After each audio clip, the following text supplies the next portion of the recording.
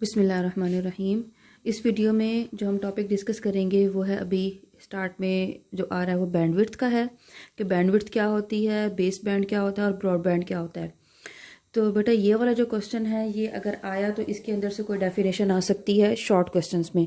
इस क्वेश्चन को long question point of view से प्रिपेयर करने की ज़रूरत नहीं है।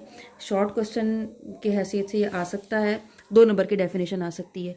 तो सबसे पहले हम देखते हैं कि बैंडविड्थ क्या है। बैंडविड्थ आप ऐसे समझें कि ये एक रोड है। इस रोड के ऊपर एक टाइम पे एक कार के गुजरने का रास्ता है, मिसाल के तौर पे। ठीक है जी। तो हम कहेंगे कि इस रोड की जो विड्थ है, कार विड्थ या बैंड विड्थ, ये इसकी टोटल चौड़ाई है, इसकी कैपेसिटी कितनी है, 1 कार इन 1 टाइम। फिर एक और चौड़ी रोड है जिसके ऊपर एक टाइम पे 2 कार्स गुजरने का रास्ता है। तो हम कहेंगे कि इसकी बैंडविड्थ जो है वो 2 कार्स इन 1 सेकेंड एट 1 टाइम है। तो इससे मेरे ख्याल में आपको समझ में आ गया होगा। तो बैंडविड्थ से क्या मुराद है, उसका क्या काम है, जिसमें एक टाइम पे कितने सिग्नल्स जो हैं वो उसके ऊपर ट्रैवल कर सकते हैं। ये हमारी एक्चुअली कम्युनिकेशन मीडियम की होती है। एक्चुअली इस क्वेश्चन को बाद में आना चाहिए था, लेकिन उन्होंने पहले डाल दिया है।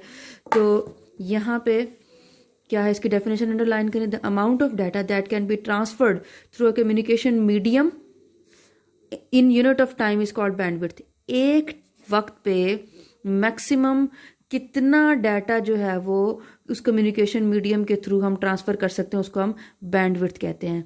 अब इसकी प्रैक्टिकल एग्जांपल मैं आपको दे दूं कि जैसे अगर आपके घर में किसी के घर पे इंटरनेट है या घर पे नहीं है, अगर आप लोग मोबाइल डाटा यूज़ करते हैं तो कोई मोबाइल डाटा जो है वो फास्ट होता है, कोई स्लो होता है। एक घर का जो इंटरनेट है, अगर हम कहें कि उसके ऊपर 5 लोग अगर उसको यूज़ करते हैं शेयरिंग करके, वाईफाई का पासवर्ड शेयर करके, तो वो नॉर्मल चलता है। ठीक है जी। अगर उसको 10 लोग यूज़ करेंगे तो वो स्लो हो जाएगा, और उसको बेहतर करने के लिए हमें अपना इंटरनेट कनेक्शन जो है वो ज़्यादा स्पीड वाला लेना पड़ेगा। वो ज़्यादा स्पीड वाला इंटरनेट कनेक्शन का मतलब एक्चुअली क्या होता है कि हम अपनी बैंडविड्थ इंक्रीज कर रहे हैं, कि हम अपने डाटा कम्युनिकेशन की कैपेसिटी बढ़ा रहे हैं। जो मीडियम हमने लिया हुआ है उस मीडियम की डाटा कम्युनिकेशन की कैपेसिटी हम बढ़ा रहे हैं, तो उसको हम बैंडविड्थ कहते हैं। In general words, in simplest words, हम ऐसे ये भी कह सकते हैं कि कम्युनिकेशन मीडियम की डाटा को ट्रांसमिट या डाटा को कम्युनिकेट करने की कैपेसिटी को हम बैंडविड्थ कहते हैं। लेकिन आप लोगों ने बेटा जी बुक की जो डेफिनेशन है, बुक के वर्ड्स हैं, उनको फॉलो करना है। एक्सप्लेनेशन में आप ऐसे लिख लें कि it can be explained as a capacity of a medium to communicate the data. ठीक है जी। अब the bandwidth of digital signal is measured in bits per second. जो डिजिटल सिग्नल्स हैं उसको बिट्स पर सेकेंड में हम मेजर करते हैं, या बाइट्स पर सेकेंड। अगर आपने मोबाइल कंप्यूटर लैपटॉप के ऊपर अगर इंटरनेट यूज़ किया हो, कभी इंटरनेट की प्रॉपर्टीज़ में जाए तो वहाँ पे केबीज पर सेकेंड या बिट्स पर सेकेंड या बाइट्स पर सेकेंड में डाटा जो है वो आ रहा होता है, उसका स्टेटस शो हो रहा होता है कि इस टाइम सेंडिंग और रिसीविंग कितनी चल रही है। बहरहाल वो एक इंटरनल ऑप्शन है, वो शायद आप लोगों को ना मिले। अच्छा जी। जो एनालॉग सिग्नल्स हैं उनको हम किस तरह से मेजर करते हैं, उनकी बैंडविड्थ को साइकिल्स पर सेकंड में मेजर करते हैं या फिर हर्ट्ज में मेजर करते हैं। तो बैंडविड्थ की डेफिनेशन ये हो गई। आपने इसमें से सिर्फ ये बताना है कि the amount of data that can be transferred through a communication medium in unit time is called bandwidth. Digital signal bandwidth of digital signal is measured in bits per second, and bandwidth of analog signals is measured in cycles per second. अच्छा, अब इसी question को अगर हम गौर से देखें तो बेटा इसके अंदर बहुत से आपके ऑब्जेक्टिव्स भी निकल रहे हैं, एमसीक्यूज क्वेश्चन भी निकल रहे हैं, तो उसके हवाले से भी आपने इसको याद करना है। उसके बाद आ रहा था बेस बैंड। बेस बैंड क्या है, इसमें क्या होता है, digital signals are placed on transmission line without change in modulation. ठीक है जी। जो डिजिटल सिग्नल्स हैं उनको अभी हमने पिछले टॉपिक में देखा था कि जो डिजिटल जो डिवाइसेस हैं वो डिजिटल सिग्नल्स को, डिजिटल डाटा को अंडरस्टैंड करती हैं, लेकिन जो कम्युनिकेशन मीडियम है वो एनालॉग डाटा को अंडरस्टैंड करता है। तो डाटा सेंड करने से पहले क्या होता है कि डाटा जो है वो, उसका जो इनकोडर है वो डिजिटल सिग्नल्स को कन्वर्ट करता है एनालॉग सिग्नल्स में, फिर वो फिजिकल मीडियम के ऊपर उसको सेंड करता है। बेस बैंड एक ऐसी टेक्नोलॉजी है जिसमें डिजिटल डाटा को एनालॉग डाटा में कन्वर्ट करने की ज़रूरत ही नहीं पड़ती। उसकी अपनी प्रॉपर्टी ये है कि वो डिजिटल सिग्नल्स को अंडरस्टैंड कर लेता है और उन्हीं को एक्सेप्ट करके आगे ट्रांसमिट कर देता है। ठीक है जी, it means that digital signals are directly transmitted over the transmission line. It transmits only one signal at a time. ठीक है जी, digital signals are commonly called base band signals. ठीक है जी, तो ब्रॉडबैंड सिग्नल क्या है? ये लार्ज, बहुत ही लार्ज अमाउंट ऑफ डाटा जिसमें वीडियो आती है, वॉइस आती है, बड़ी बड़ी ईमेल अटैचमेंट्स आती हैं, वो सेंड हो सकती हैं। It can send data by modulating each signal. अब इसका एक्चुअली काम क्या है? ये सारे सिग्नल्स को चेंज करता है, उनकी मॉड्यूलेशन करता है, उनको कन्वर्ट करता है और डिजिटल से एनालॉग में डिफरेंट फ्रिक्वेंसीज के ऊपर, हर सिग्नल को डिफरेंट फ्रिक्वेंसी पे चेंज करता है और फिर वो सारे सिग्नल्स एक ही टाइम पे इकट्ठा भेज देता है। तो ये थोड़ी सी ज़रा डिटेल टेक्नोलॉजी है, ये आप लोग को शायद अभी ना अंडरस्टैंड कर सकें, मेरे ख्याल में आगे ये आएगी तो उसको हम वहाँ पे देखेंगे। तो ये टेक्नोलॉजी है FDM, फ्रीक्वेंसी डिवीजन मल्टीप्लेक्सिंग। एक तरीका है जिसमें अभी है कि अब इसको मैं चलें थोड़ा सा मैं आपको बता दूं कि ये एक मीडियम है, कम्युनिकेशन मीडियम। इसके अंदर जो सिग्नल है जो वो जा सकता है ऐसे, ये डिवाइस है, डिवाइस ने सिग्नल सेंड करना स्टार्ट किया, सिग्नल ऐसे जा रहा है। ठीक है जी, अब ये क्या करता है कि एक एंगल पे एक सिग्नल आ रहा है। अब ये वाली जो टेक्निक है ये डिफरेंट फ्रिक्वेंसीज के ऊपर सारे के सारे सिग्नल्स को मॉड्यूलेट कर देती है। तो क्या होगा? पहला एंगल ये है, दूसरा एंगल ये आ गया। अब ये सिग्नल किसी और जगह पे हिट कर रहा है, ये सिग्नल किसी और जगह पे हिट कर रहा है, आपस में ये कहीं पे इनकी कोलिजन नहीं हो रही। फिर इसके बाद और सिग्नल किसी इस तरह से आ गया। एक टाइम पे तीन तीन सिग्नल्स यहाँ पे आपको ट्रैवल करते हुए नजर आ रहे होंगे। एक्चुअली 3 से भी ज़्यादा, जितने इसके अंदर मैक्सिमम आ सकते हैं, ये इनकी सेंडिंग होती जाएगी। तो ये एक्चुअली जो ब्रॉडबैंड है उसका कॉन्सेप्ट है। ब्रॉडबैंड में एक ही टाइम पे जो एनालॉग सिग्नल्स हैं वो मल्टीपल एनालॉग सिग्नल्स जो हैं वो at the same time transmit होते हैं। जो पीछे हमने देखा था उसमें ये था कि एनालॉग सिग्नल्स एक टाइम पे एक ही सिग्नल सीधा जाता है। एनीवेज, तो ब्रॉडबैंड का काम क्या है? ये सिग्नल्स को डिफरेंट फ्रिक्वेंसीज में डिवाइड करता है और फिर वो सारे के सारे सिग्नल्स इकट्ठे एक टाइम पे भेज देता है। इससे क्या होता है? उसकी स्पीड जो है वो बहुत बढ़ जाती है। तो हमारे पास जो कनेक्शंस अवेलेबल होते हैं वो ब्रॉडबैंड कनेक्शन। अब जो अगर आप में से किसी के घर PTCL का लैंडलाइन कनेक्शन है, लैंडलाइन फ़ोन है और उसके साथ आप लोगों ने इंटरनेट लिया हुआ है, तो बेटा आप लोगों के घर ब्रॉडबैंड इंटरनेट कनेक्शन है। और जो आप उसकी स्पीड यूज़ कर रहे हैं, अगर तो आप 2 Mbps वाला कनेक्शन यूज़ कर रहे हैं तो इसका मतलब है कि आपके ब्रॉडबैंड कनेक्शन की बैंडविड्थ 2 Mbps है। अगर 4 वाला यूज़ कर रहे हैं तो इसका मतलब है आपके ब्रॉडबैंड कनेक्शन की बैंडविड्थ 4 Mbps है। ठीक है, चलिए जी, अब उसके बाद अगला टॉपिक स्टार्ट करते हैं कम्युनिकेशन मीडिया का। ये इस चैप्टर का सबसे इंपॉर्टेंट क्वेश्चन है कि क्या होता है, कितनी इसकी टाइप्स हैं और हर टाइप में कौन कौन से एक्चुअली उसकी एग्जांपल्स आती हैं। तो बेटा कम्युनिकेशन मीडिया क्या होता है? ये एक्चुअली वो पाथ है, वो रोड है, वो स्पेस है जिसके ऊपर डाटा ट्रेवल करके एक जगह से दूसरी जगह जाता है। अब जाहिर सी बात है, डाटा ऐसे तो नहीं जाता एक डिवाइस से दूसरी डिवाइस तक। आपने कहीं जाना हो तो आप कोई ना कोई रोड लेंगे। ठीक है, या तो बाय रोड आप एक जगह से दूसरी जगह जाएंगे, या फिर हो सकता है आप बाय एयर जाएं, स्पेस के थ्रू, हवा के थ्रू आप जाएं, या कोई भी आपका मीडियम जो है वो हो सकता है। तो डाटा जो है वो डिफरेंट तरीके से एक जगह से दूसरी जगह ट्रैवल करता है। तो उस डाटा की जो रोड है ट्रैवल करने की, उसको हम कहते हैं कम्युनिकेशन मीडिया या कम्युनिकेशन चैनल। ठीक है जी, अब कम्युनिकेशन मीडिया एक्चुअली 2 तरह के हैं। पहला है कम्युनिकेशन मीडिया में, पहला है वायर्ड जिसके अंदर तारें होती हैं, और दूसरा है वायरलेस। वायरलेस की एग्जांपल तो आप सबको पता ही होगी। जो हमारा क्या कहते हैं, मोबाइल फ़ोन है, एक मोबाइल से दूसरे मोबाइल में डाटा सेंड करना हो, वायरलेसली हम सेंड करते हैं ना, तो कोई केबल तो बीच में इन्वॉल्व नहीं हो रही होती। चलें, अब इसको हम ज़रा देखते हैं। जो वायर्ड है इसका नाम गाइडेड भी है, गाइडेड मीडिया। जो वायरलेस है इसका दूसरा नाम अनगाइडेड मीडिया भी है। अब वायर्ड में डिफरेंट चीज़ें आती हैं, twisted pair wire, coaxial cable, fibre optic. अच्छा, ये तो इन्होंने इनका नाम लिया हुआ है, मैं आपको सिंपल वर्ड्स में बता देती हूँ। डाटा केबल्स, अगर आपने अपने मोबाइल फ़ोन से लैपटॉप के अंदर डाटा ट्रांसफ़र करना हो तो ब्लूटूथ के थ्रू भी कर सकते हैं। अगर आपके लैपटॉप में ब्लूटूथ नहीं है तो आप डाटा केबल लगा के उसके थ्रू डाटा जो है वो अपने लैपटॉप में या कंप्यूटर में सेव करते हैं। तो वो क्या है, वो भी एक वायर्ड मीडियम है। अब यहाँ पे देखें इन्होंने इन 3 की बात की, चले हम साथ साथ इसको करते चलते हैं। गाइडेड मीडिया क्या होता है? Devices that are directly connected with each other by some physical media, by some physical wire, उसको हम कहते हैं गाइडेड मीडिया। ठीक है जी। अच्छा, ये गाइडेड मीडिया की हमने बात कर ली, उसमें केबल्स होती हैं। ठीक है जी। अब केबल्स की उसकी एग्जांपल आगे दी हुई है, इनको डिटेल से आगे चल के करेंगे। उसके बाद है अनगाइडेड मीडिया। अनगाइडेड मीडिया बेटा जी ये वो होता है जिसमें 2 डिवाइसेस एक दूसरे के साथ किसी केबल के थ्रू कनेक्टेड नहीं होती, बल्कि वो डाटा सिग्नल्स के थ्रू एक दूसरे को ट्रांसफर करती हैं। जैसे अभी मैंने ब्लूटूथ के थ्रू एग्जांपल दी, टीवी का जो रिमोट कंट्रोल है वो भी सिग्नल्स के थ्रू काम करता है। ठीक है। तो ये सारी चीज़ें जो है वो आपका मोबाइल फ़ोन नेटवर्क के साथ कैसे कनेक्टेड होता है? With the help of signals. जहाँ पे आप सिग्नल्स की रेंज से बाहर जाते हैं तो सिग्नल्स जो आप उसके बाद आप कनेक्टेड नहीं रहते। बहरहाल वो आगे आके देख लेंगे। अब अनगाइडेड मीडिया की डेफिनेशन यहाँ पे देख लें। Devices communicate with each other through air या फिर space using broadcast radio signals, microwave signals या इंफ्रारेड सिग्नल्स। ठीक है जी।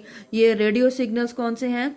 जो जैसे आप वैसे तो इनकी और अदर रेडियो सिग्नल्स जो हैं वो डिफरेंट डिवाइसेस में भी यूज़ होते हैं। सिंपलेस्ट आप इसकी एग्जांपल ये लेने, जैसे रेडियो आपका कैच करता है सिग्नल्स को, या माइक्रोवेव सिग्नल्स जो है वो नेटवर्क के होते हैं, मोबाइल नेटवर्क्स के, या फिर इंफ्रारेड जो है वो जो टीवी का जो रिमोट होता है उसके अंदर होता है। अब अनबाउंडेड मीडिया, अच्छा इसका नाम अनबाउंडेड भी है। चलें यहाँ पे एक और नाम भी आ गया, गाइडेड को हम बाउंडेड मीडिया भी कहते हैं। और इसका तीसरा नाम जो है वो अनबाउंडेड। ये कहीं से बंधा हुआ नहीं है, कहीं से बाउंड नहीं किया हुआ, किसी कोई भी और दूसरी डिवाइस एक दूसरे के साथ बाउंड नहीं है। ठीक है जी।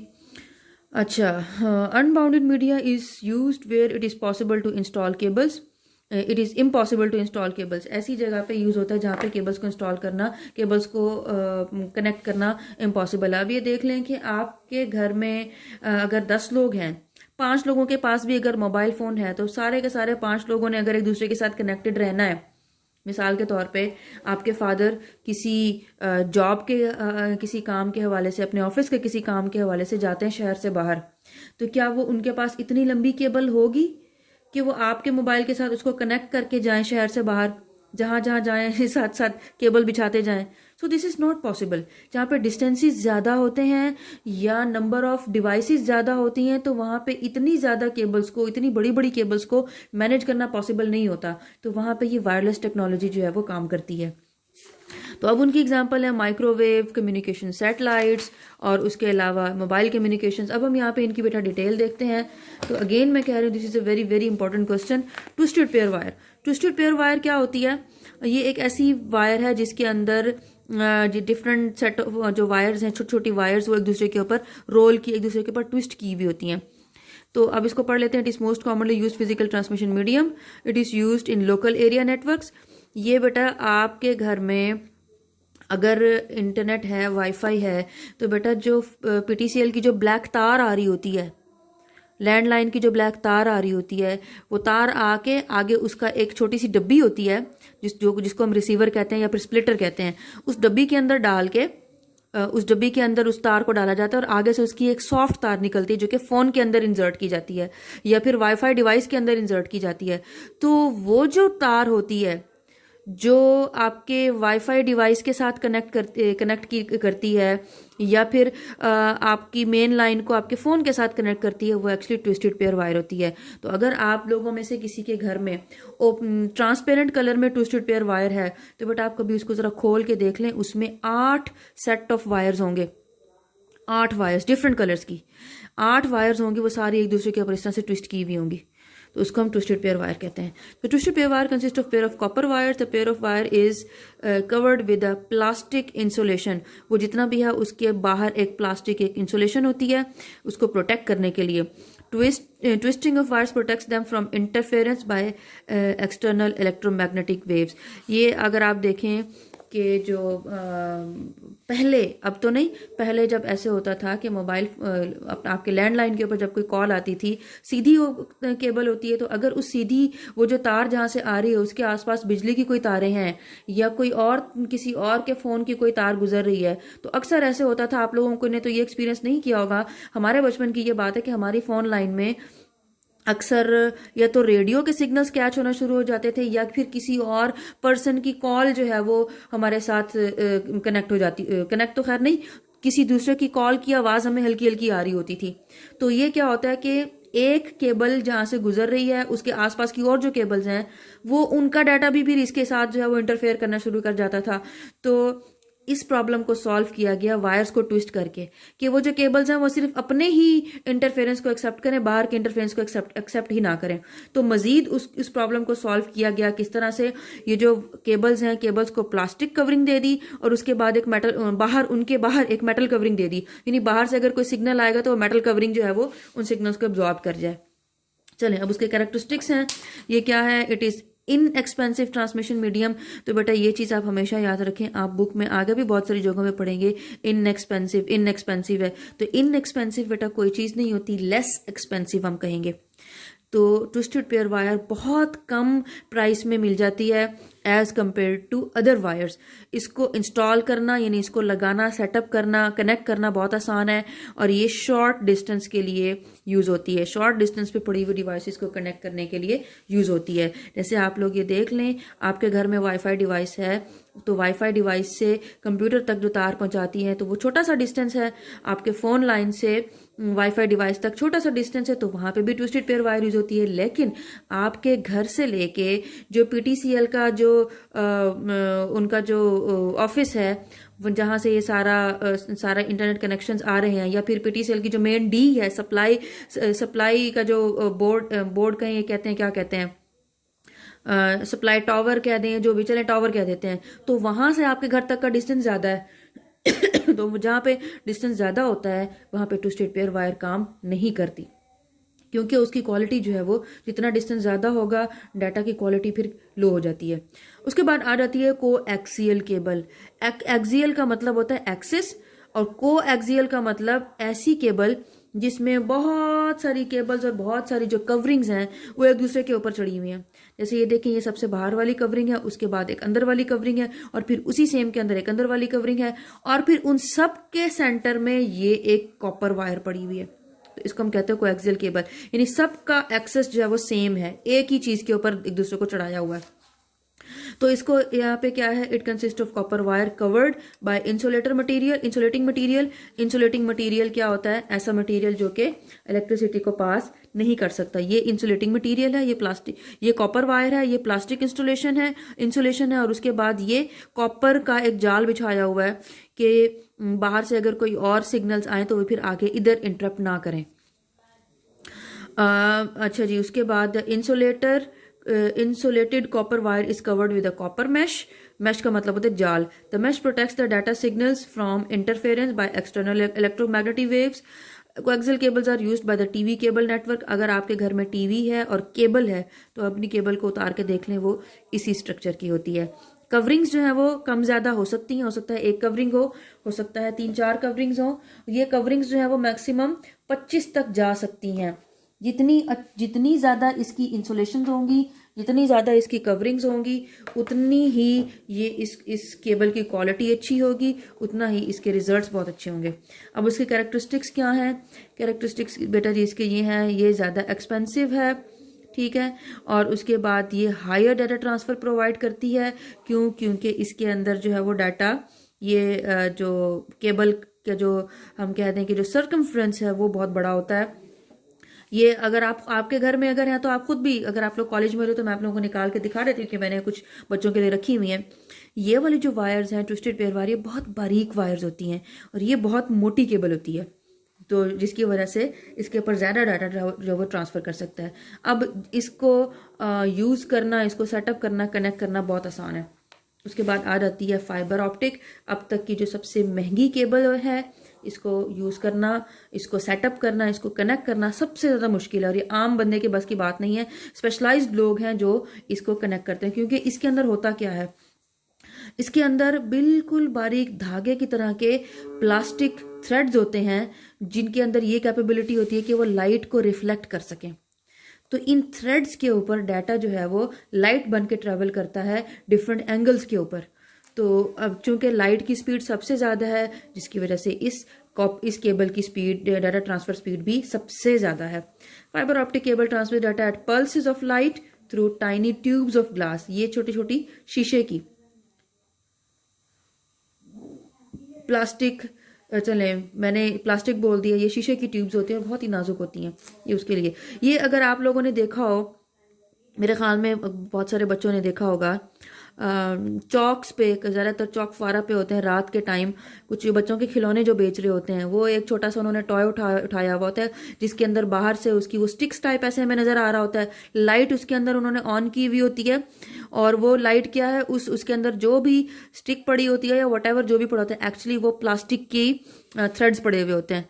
तो वो प्लास्टिक के थ्रेड्स के टॉप तक लाइट जा रही होती है। तो इसका मतलब है कि नीचे जो लाइट सोर्स है वहां से लाइट रिफ्लेक्ट करके ऊपर तक आ रही है।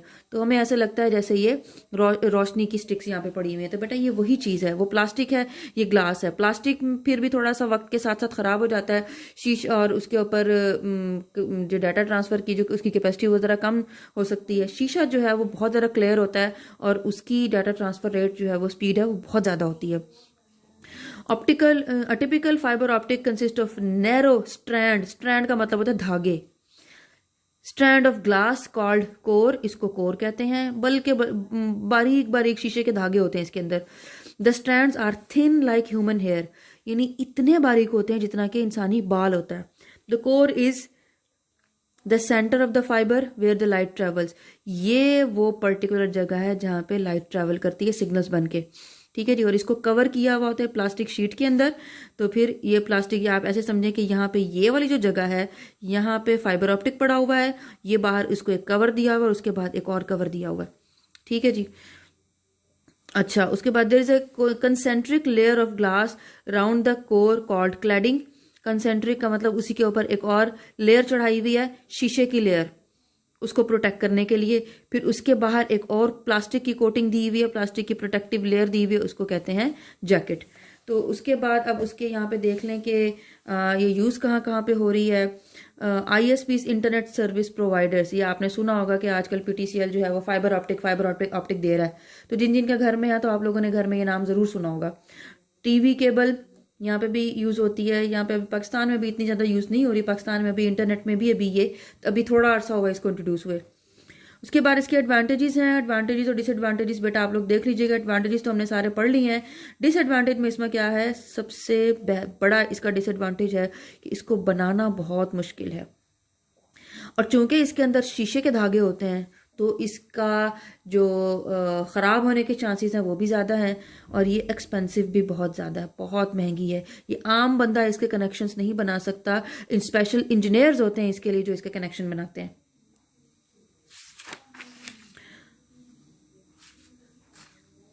उसके बाद बेटा जी अगला टॉपिक है आपका अनबाउंडेड मीडिया का, अनगाइडेड मीडिया का। उसमें सबसे पहले आ जाता है माइक्रोवेव का आपको ऑलरेडी मैंने बता दिया था कि आप लोगों का जो मोबाइल नेटवर्क है वो इसकी बेसिस पे काम करता है। अब मोबाइल नेटवर्क में एक्चुअली होता कैसे है, इसको मैं ज़रा आपको डायग्राम से मैं ज़रा आपको समझा देती हूँ। एज्यूम करें कि ये अर्थ है, ठीक है जी, ये पूरा सर्कल आप एज्यूम करें। अब अर्थ में एक मोबाइल टावर यहाँ पे है, ठीक है जी, एक मोबाइल टावर इधर है।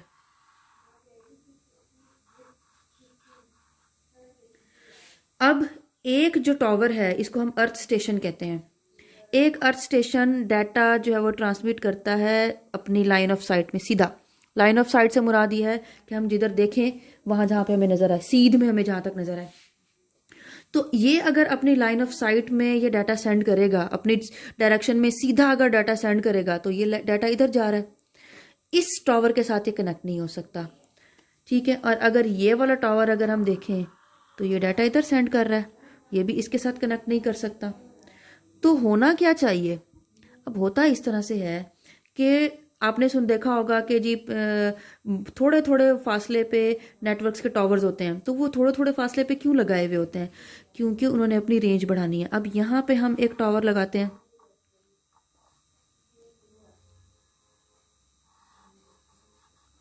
ठीक है जी। अब ये जो टावर है, ये टावर इसकी रेंज में आ रहा है। अब ये टावर एक सीध में इधर डाटा सेंड कर रहा है, एक सीध में इधर डाटा सेंड कर रहा है। अब डाटा यहाँ से यहाँ ट्रैवल कराने के लिए हमें दरमियान में और बहुत से टावर्स लगाने पड़ेंगे ऐसे, ये अगर अपनी सीध में ट्रैवल करे। इसी तरह से फिर यहाँ पे अगर एक और टावर इधर लगा दें तो ये अगर अपनी सीध में डाटा ट्रैवल करे तो ऐसे आएगा। ये अगर अपनी सीध में, या जिसको हम कहते हैं लाइन ऑफ साइट में डाटा ट्रैवल करेंगे तो इस तरह से करेगा। तो ये इस तरह से डाटा एक टावर से दूसरे टावर तक पहुंचता है। अब एज्यूम करें कि हम ये बात कर रहे हैं टेलीनॉर की, तो ये टेलीनॉर का टावर 1, ये 2, 3, 4, 5, आप बैठे हैं टावर 1 पे और आपका कोई फैमिली मेंबर है जो कि बैठा है टावर 5 की लोकेशन में, ठीक है जी। ये हम एज्यूम करते हैं कि ये है डिवाइस ए और ये है डिवाइस बी। डिवाइस ए ने कॉल की डिवाइस बी को, तो डायरेक्टली सिग्नल यहाँ से इधर नहीं जा सकते।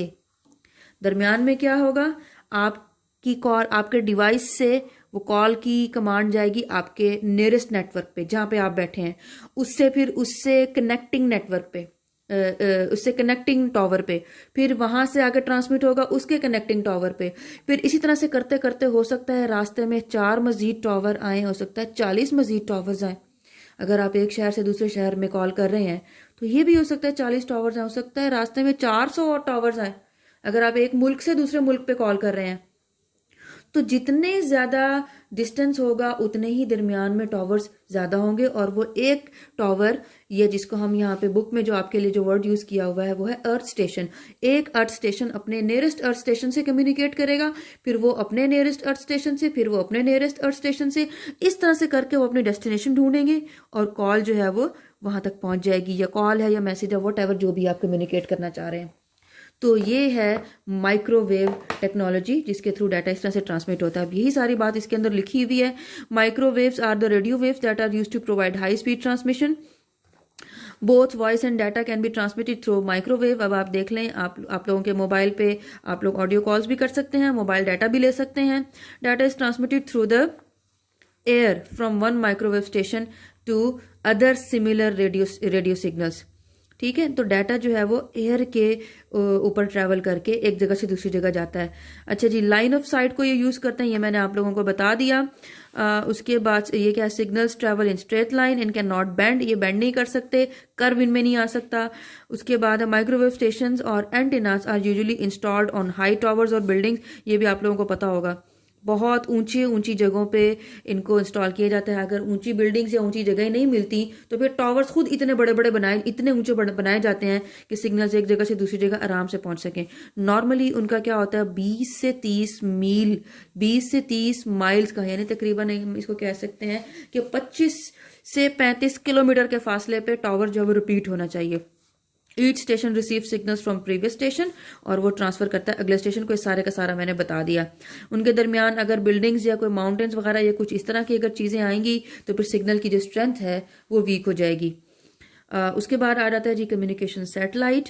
कम्युनिकेशन सैटेलाइट का काम क्या है कि अर्थ बेस्ड स्टेशन जो है, अगर एक अर्थ बेस्ड स्टेशन दूसरे अर्थ बेस्ड स्टेशन को कम्युनिकेट करना चाह रहा है लेकिन उनका डिस्टेंस बहुत ज़्यादा है, पॉसिबल नहीं है, जैसे हम दुनिया के एक कोने में हैं और दूसरे कोने पे हमने अपने किसी फैमिली मेंबर को जो किसी और मुल्क में गए हुए हैं उनको हमने डाटा सेंड करना है, तो इतने ज़्यादा स्टेशन जो हैं वो एक दूसरे के साथ कनेक्ट नहीं हो सकते। एक्चुअली एक मुल्क के जो नेटवर्क के जो टावर्स हैं वो दूसरे मुल्क के नेटवर्क के टावर से नॉर्मली कनेक्टेड नहीं होते, जिसकी वजह से वो डायरेक्टली हम उनको कॉल इस तरह से नहीं कर सकते। होता क्या है, हमें अगर हमने एक ही, अब आप ये देखें कि आपके जो मोबाइल की जो सिम है, आपके पाकिस्तान की जो सिम है, अगर आप किसी दूसरे मुल्क में चले जाएंगे तो वो सिम जो है वहाँ पे काम करना छोड़ देगी। क्यों? क्योंकि आपके नेटवर्क के जो टावर्स हैं वो उनके कंट्री में नहीं है। तो करना क्या पड़ता है, आपको रोमिंग करवानी पड़ती है। ये जो अक्सर लोग जो हज पे उम्रे पे जाते हैं वो रोमिंग करवाते हैं कि उनका वही नंबर दूसरे मुल्क में जाके एक्टिव रहे। तो रोमिंग से क्या होता है, वो अगर मिसाल के तौर पे पाकिस्तान की एक सर्विस है, जैसे मैंने टेलीनॉर की बात की, वो वहाँ पे सऊदी अरब में वहाँ पे मेरे ख्याल में एक ही सर्विस है, जितनी भी सर्विस है जो भी है, मुझे वहाँ की जवाल का पता है। आप में से जिनके फैमिली में कोई गए हुए होंगे उनको पता होगा, जवाल इंटरकॉम टेलीकॉम जो है वहाँ की है। तो जवाल जो टेलीकॉम है वो टेलीनॉर वाले इनसे कॉन्ट्रैक्ट कर लेंगे कि अगर हमारा कोई बंदा आपकी रेंज में आए तो चार्जेस उससे हम लेंगे, आप हमारे साथ डील कर लें, हम आपको इतना पे करेंगे, तो आपने हमारे बंदे को कवरेज देनी है। तो बहरहाल वो एक अलग चीज़ है। अब अगर ये चीज़ नहीं है, रोमिंग भी नहीं है, तो उस सिचुएशन क्या क्या है कि जो डिफरेंट डिवाइसेस हैं उनकी डिस्टेंस बहुत ज़्यादा है, तो दरमियान में क्या होगा, ऊपर लगा दिया जाएगा कम्युनिकेशन सैटेलाइट। अब ये वाला जो अर्थ बेस स्टेशन है ये कम्युनिकेट करेगा इस सैटेलाइट से, और ये सैटेलाइट फिर कम्युनिकेट करेगा अगले दूसरे अर्थ बेस स्टेशन से। ये खुद ढूंढेगा उसके स्टेशन को, किसने डाटा किस तरफ भेजा, वो इस डायरेक्शन में भेजा है, आगे भेजा है, पीछे भेजा, किस तरफ भेजा है। तो अब हम इसको देख लेते हैं। Communication satellites are used in wireless communication over the large distances, ठीक है, जहाँ पे डिस्टेंस बेतहाशा हो। Communication uses satellites This communication uses satellites and earth-based stations. The satellites are placed around 22,000 मील ऊपर। अगर हम ये कहेंगे ये ज़मीन की सतह है, तो यहाँ से ये इतना ऊपर 22,000 मील से भी ज़्यादा बुलंदी के ऊपर, 22,300 यहाँ पे लिखा हुआ है, तो बेटा ये भी ऑब्जेक्टिव पॉइंट ऑफ व्यू से इंपॉर्टेंट है। 22,300 मील बुलंदी के ऊपर ये जो सैटेलाइट्स हैं इनको ऊपर छोड़ा जाता है। सैटेलाइट रिसीव्स माइक्रोवेव सिग्नल्स, ये बारे सारे का सारा मैंने आपको बता दी। उसके बाद transmission from earth to satellite. ज़मीन के ऊपर कोई बंदा जब सैटेलाइट को डाटा भेजेगा उसको कहते हैं अपलिंक। और जब सैटेलाइट कोई डाटा जो है वो नीचे ज़मीन के ऊपर बैठे हुए किसी बंदे की डिवाइस को भेजेगा तो उसको कहेंगे डाउनलिंक। ठीक है जी, तो इसको हम कहते हैं डाउनलिंक। अब आगे है इंपॉर्टेंट एडवांटेज, उसके देख लें कि बहुत ज़्यादा डाटा जो है वो इसके थ्रू सेंड हो सकता है। बहरहाल ये सिंपल वही बातें हैं। उसके बाद मोबाइल कम्युनिकेशन है, रेडियो बेस्ड नेटवर्क यूज़ करते हैं, transmits data to and from mobile computer, it is widely used in all over the world. ठीक है जी। अच्छा, अब उसके बाद इस चैप्टर का आ गया जी लास्ट टॉपिक, जो कि है मोडेम। मोडेम क्या होता है? मोडेम का जो वर्ड निकला है ये दो वर्ड से निकला है, मॉड्यूलेटर एंड डीमॉड्यूलेटर।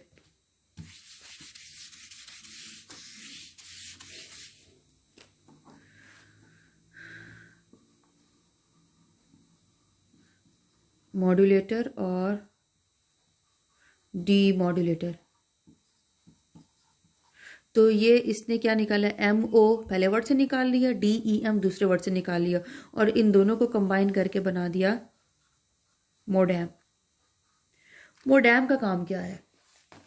इसका काम ये है, ये कम्युनिकेशन जहाँ पे हो रही होती है, कम्युनिकेटिंग डिवाइसेस के दौरान के लिए यूज़ होता है, उनमें यूज़ होता है। Commonly used in communicating devices, modem sends and receives data from one computer to another on the internet through telephone lines. जिन लोगों के पास टेलीफोन कनेक्शन है, बेटा एक्चुअली हम इसको ऐसे कह दें कि अब लैपटॉप्स में तो खैर ये नज़र नहीं आता। आपने देखा होगा कि हम अगर वायर के थ्रू इंटरनेट कनेक्ट करते हैं तो केबल जो है वो हम सिस्टम के अंदर, अगर लैपटॉप है या कंप्यूटर है तो उसके अंदर एक पिन की जगह होती है, एक पोर्ट होती है, वहाँ पे हम लगाते हैं। तो उस पोर्ट के पीछे एक्चुअली ये मोडेम पड़ा होता है।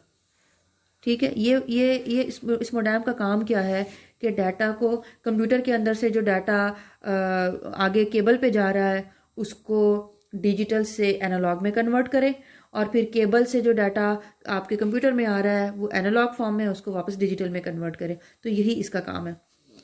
The sending end receiving computers both must have modems. अगर कोई दो डिफरेंट कंप्यूटर्स एक दूसरे के साथ इलेक्ट्रॉनिकली डाटा एक्सचेंज करना चाहते हैं तो उन दोनों के पास मोडेम का होना ज़रूरी है। तो ये काम किस तरह से करता है इसको हम यहाँ पे देख लेते हैं। Computer stores information in digital signals, ये सारी बात हो गई। अच्छा जी, जबकि टेलीफोन लाइंस हैं वो एनालॉग सिग्नल्स को अंडरस्टैंड करती हैं। मोडेम क्या करता है, डाटा एनालॉग डिजिटल सिग्नल्स में रिसीव करता है कंप्यूटर से और उसको कन्वर्ट कर देता है एनालॉग फॉर्म में। और कन्वर्टेड एनालॉग, अच्छा ये जो प्रोसेस है इसको हम कहते हैं modulation. Digital to analogue conversion को हम कहते हैं मॉड्यूलेशन। फिर अगला जो रिसीविंग साइड पे जो कंप्यूटर है वो क्या करता है, वो एनालॉग सिग्नल्स को रिसीव करता है और उनको वापस डिजिटल में कन्वर्ट करता है। इस प्रोसेस को कह देते हैं मॉड्यूलेशन। ठीक है जी, तो ये हमारा टॉपिक भी कंप्लीट हो गया। अब फीचर्स हैं मोडेम के, इसकी कोई ना कोई स्पीड होती है, इसकी अपनी सेल्फ टेस्टिंग भी करता है। सेल्फ टेस्टिंग से मुराद यही है कि अगर कम्युनिकेशन में किसी किस्म के कोई एरर्स आ रहे हैं, कोई प्रॉब्लम्स आ रहा है, तो ये इसके अंदर ऐसे प्रोग्राम्स होते हैं कि अपने आप को खुद ही ठीक कर लेता है। वॉइस ओवर डाटा, मोडेम के थ्रू हम वॉइस कॉल्स भी यूज़ कर सकते हैं और इंटरनेट भी यूज़ कर सकते हैं। ये थोड़ा पुराना कॉन्सेप्ट है तो आप लोग इसकी डेप्थ में ना जाएं। पुराने इसमें जब हो सकता है आपके बड़े बहन भाई हों या पेरेंट्स हों, उन्होंने ये यूज़ किया हुआ हो, जिसमें ये होता था कि आप कंप्यूटर को यूज़ करके इंटरनेट के ऊपर कॉल्स करते थे। चले हाँ, मेरे ख्याल में अभी आप लोगों की भी है।